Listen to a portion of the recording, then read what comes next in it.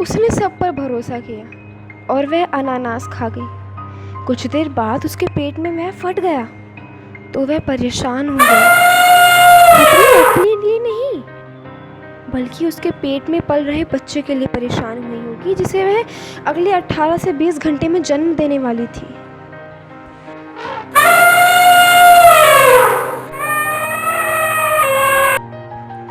दक्षिण भारत में केरल राज्य में एक गर्भवती हथनी की विस्फोटक अनानास खाने से मौत हो गई। मानव और जानवरों के रिश्ते के संघर्ष के बीच यह मानवता के पतन की एक और कहानी है।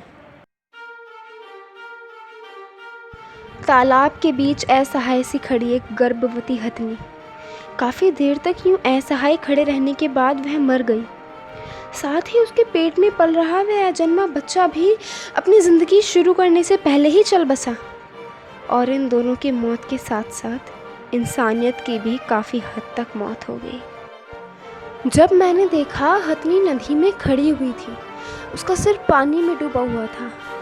उसे पता चल गया था कि वो मरने वाली है और उसने खड़े खड़े ही जल समाधि ले ली।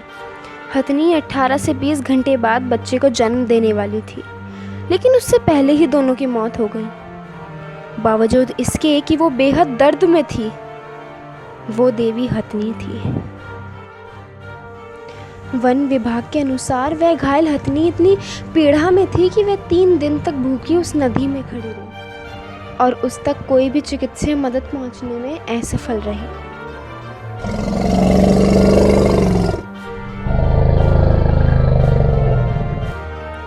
इस दौरान उसकी सूंड और मुंह पानी के नीचे ही रहे।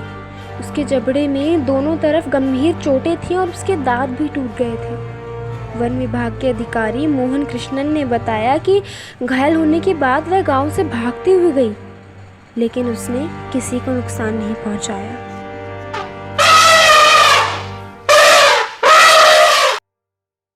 डॉक्टर्स ने हथनी के शरीर की जांच करने के बाद जो बात कही, उसे सुनकर शायद किसी की भी आंखें छलक पड़े। जांच करने के बाद डॉक्टर्स ने बताया कि पटाखे हथनी के मुंह में फट गए थे।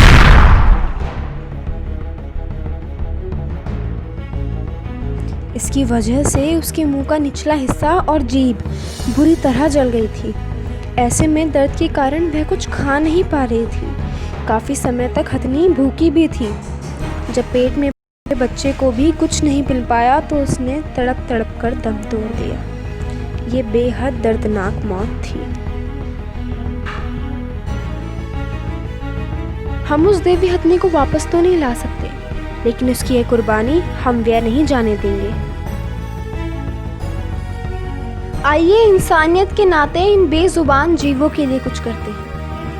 अपनी रोटी बनाते समय 2 रोटी अधिक बनाएं और उसे किसी कुत्ते या किसी जीव को खिलाएं। अपनी छत पर एक पानी से भरा बर्तन और थोड़े गेहूं के दाने पक्षियों के लिए रखें। अपने आसपास के लोगों और बच्चों को पशु पक्षियों का महत्व समझाएं। कोई भी घायल पशु पक्षी मिले तो स्थानीय पशु देखभाल और नियंत्रण एजेंसी या पुलिस से संपर्क करें। यदि आप किसी ऐसे व्यक्ति को देखते हैं जो जानवरों के साथ दुर्व्यवहार कर रहे हैं तो उसे रोकने की कोशिश करें या फिर अपने आसपास के पुलिस या पशु कल्याण केंद्रों को कॉल करें। जानवर के साथ हो रही हर क्रूरता के खिलाफ एक कानून है जिसमें दोषी को हर हाल में सज़ा मिलती है। बेजुबानों के साथ हमदर्दी रखिए, ये बिना लफ्ज़ों की दुआएं देते हैं।